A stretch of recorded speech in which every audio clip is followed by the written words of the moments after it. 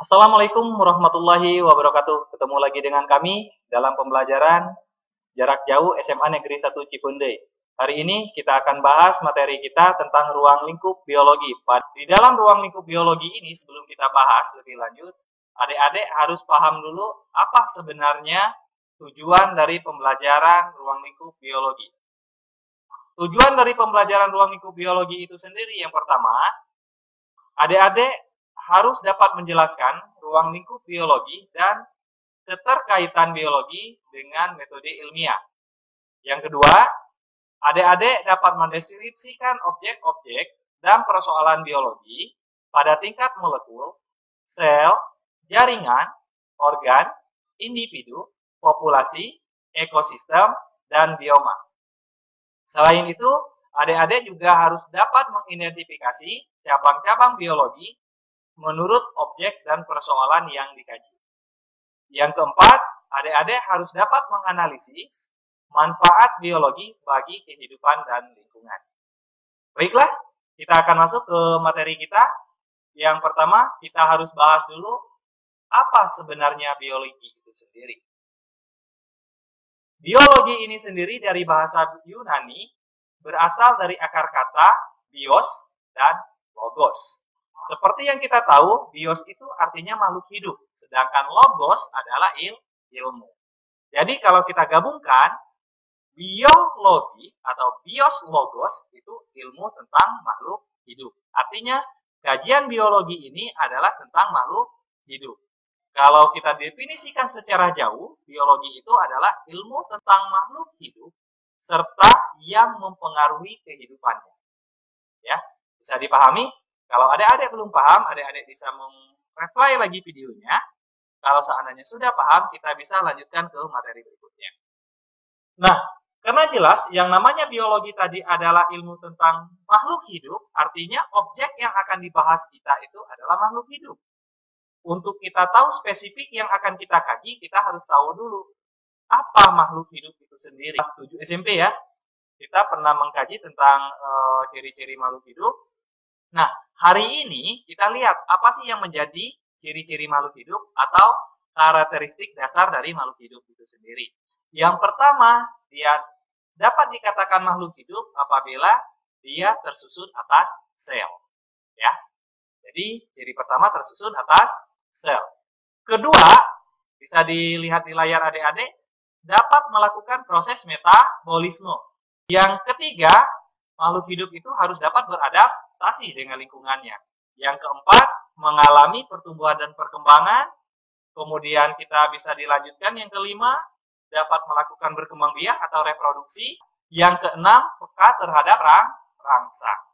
Ini bisa dipahami ya, karena ini adalah kita hanya mengulangkan materi kita waktu SMP, tepatnya di kelas 7.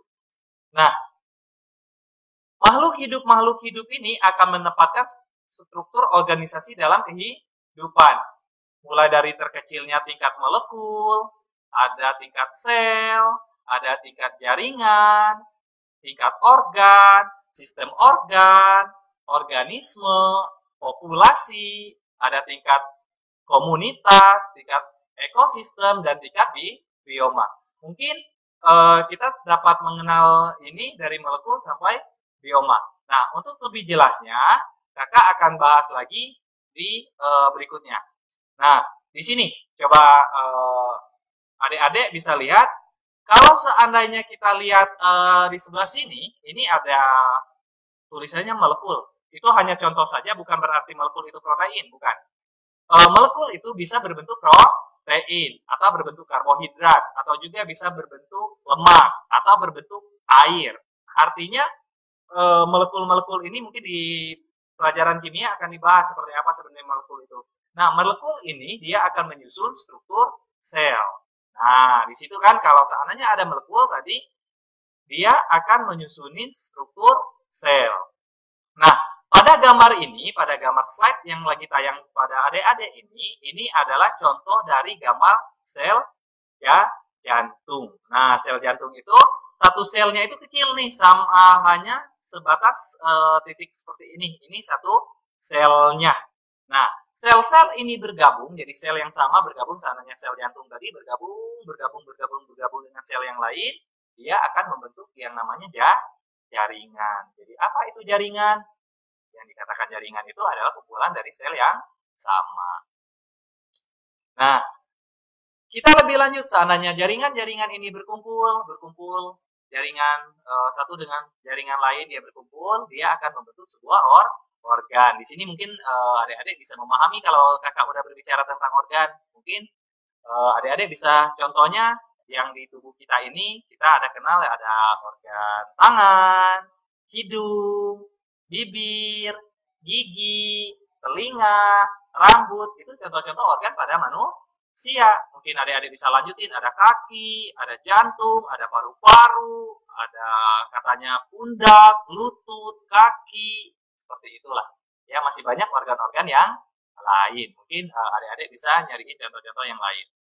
Nah, Kak, itu kan hanya pada tumbuhan. Gimana kalau seandainya kita berbicara dengan tumbuhan? Tumbuhan juga sama punya organ.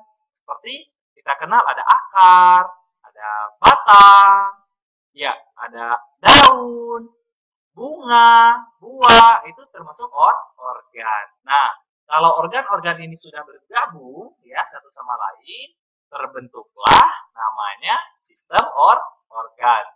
Mungkin kita waktu SMP ada bahasnya sistem apa ya? Sistem ekskresi, ya. Ada sistem pencernaan. Itu namanya sistem organ. Ada sistem pernapasan. Nah, kakak ambil contoh nih. Seandainya kita berbicara sistem pernapasan. Sistem pernapasan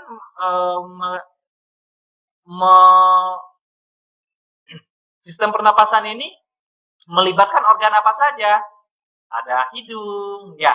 Katanya ada tenggorokan, trakea, seperti itu. Ada paru-paru, ya. Ada bronkus, bronkolus, seperti itu. Jadi yang namanya sistem organ itu melibatkan organ. Kita lanjut. Kalau sistem organ sudah bergabung, ya, tadi ada sistem pencernaan, sistem penglihatan, sistem ekskresi, sistem reproduksi, semuanya udah bergabung, sistem-sistem itu terbentuklah yang namanya satu individu, atau kita kenalnya satu organisme. Contohnya, kakak, adik-adik yang di rumah, itu adalah satu individu. Nah, seperti gambar ini, ada gambar anak perempuan, dia berdiri sendiri, namanya dia adalah satu individu.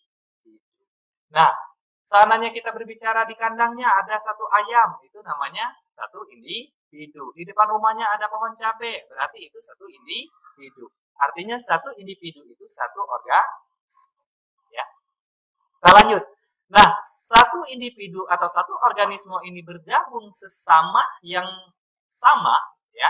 Seandainya manusia sama manusia, kalau ayam sama ayam, bebek sama bebek, sapi sama sapi sama, ya. Dari spesies yang sama, terbentuklah yang namanya populasi. Kalau ditanyain, apakah itu populasi? Populasi itu adalah gabungan individu yang sama, menempati satu tempat yang sama, dan waktu yang sama. Nah, alasannya kenapa dia harus tempat dan waktunya sama? Ya, seandainya kita bilangnya tahun ini di padang rumput itu ada satu gajah, kemudian gajahnya pergi, datanglah gajah yang lain, satu lagi.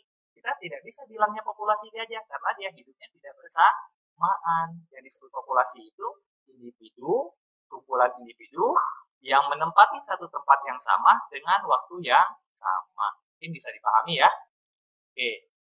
Nah, kemudian si populasi-populasi tadi kalau dia membentuk berkumpul dengan populasi yang lain, ya, contohnya seandainya ada populasi ayam berkumpul dengan populasi bebek, bertemu dengan sapi, dengan cacing, dengan padi, dia bergabung, jadilah namanya komunitas. Kakak ambil simpulan, yang namanya komunitas itu adalah kumpulan populasi yang berbeda, menempati tempat yang sama dalam waktu yang sama. Loh, Kak, kenapa kalau tadi populasi itu dari individu yang sama, tapi pas komunitas dia dari populasi yang berbeda? Alasannya satu, kalau seandainya populasinya populasi yang sama, ya, seandainya ada 10 sapi nih, kita tambahin lagi dengan 20 sapi, kita tambahin lagi jadi 40 sapi gitu. Kita gabungin sapi-sapi, walaupun dia digabungin tidak dapat kita katakan dia komunitas, tapi hanyalah jadi populasi yang besar. Bisa dipahami? Jadi komunitas itu harus dari populasi yang berbeda. Jadi bisa kakak ulangi sekali lagi, komunitas adalah kumpulan populasi yang berbeda menempati satu wilayah atau satu tempat yang sama dalam waktu yang sama. Nah, di saat komunitas ini berinteraksi dengan faktor-faktor abiotik lain seperti dengan suhu, dengan intensitas cahaya, dengan pH, dengan kelembaban, dengan air, dia akan membentuk sebuah ekosistem. Nah, seperti pada gambar ini adalah ekosistem sawah. Ekosistem sawah ini lihat di situ. Di situ ada di sini ya, coba lihat di sebelah sini ada keladi ya. Tahu ya keladi, talas, kalau ini talas. Kemudian di sini ada pohon pisang ya. Di sini ada bibit sayur-sayuran, di sini ada air. Nah, ini yang disebut dengan ekosistem. Kenapa ini disebut ekosistem? Karena di sini tadi ada komunitas nih, ada komunitas-komunitas makhluk hidup, ya, berinteraksi dengan air, dengan udara, dengan cahaya. Makanya kita sebut dia sebagai ekosistem.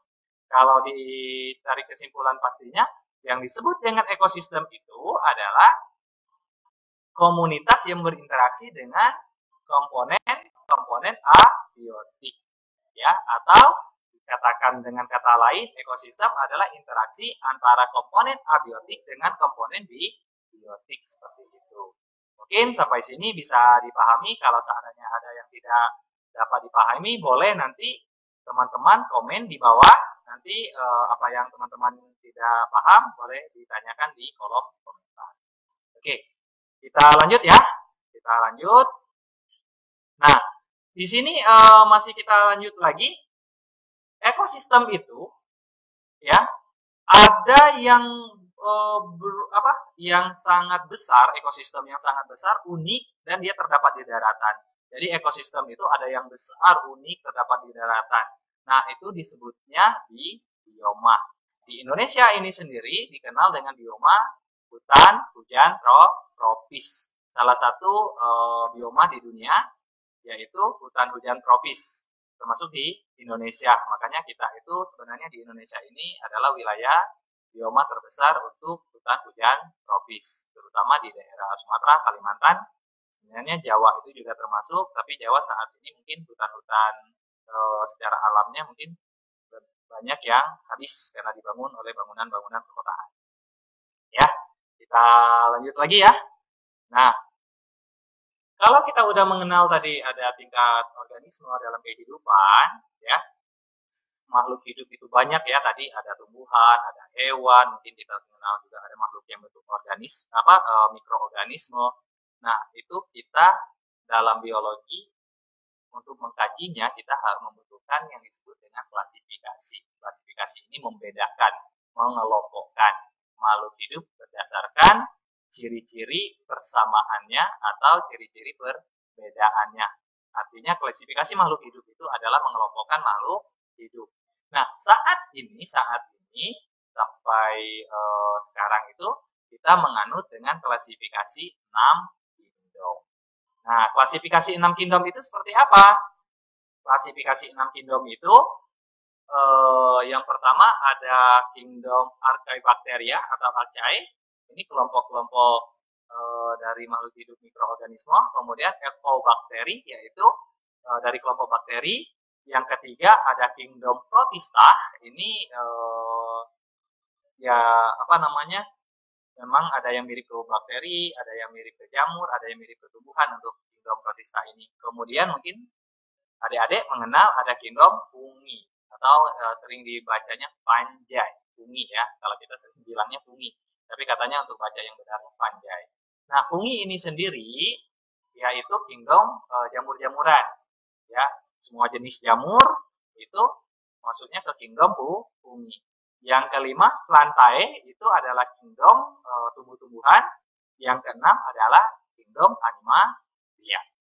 Ya, mungkin itu klasifikasi 6 kingdom. Mungkin kalau seandainya adik-adik untuk paham lebih dalam lagi, boleh nanti di post dulu, boleh di-reply lagi videonya. Kalau ada yang kurang paham, adik-adik bisa komen di bawah. Ya, oke, itu saja untuk pertemuan kita pada kali ini. Nanti kita ketemu lagi di episode selanjutnya untuk meneruskan tentang ruang lingkup biologi. Pertemuan berikutnya kita akan bahas tentang keterkaitan biologi dengan cabang-cabang lain, dan kita akan bahas juga tentang keselamatan di laboratorium. Ya, oke, saya Pak Salinan. Sampai jumpa. Assalamualaikum warahmatullahi wabarakatuh.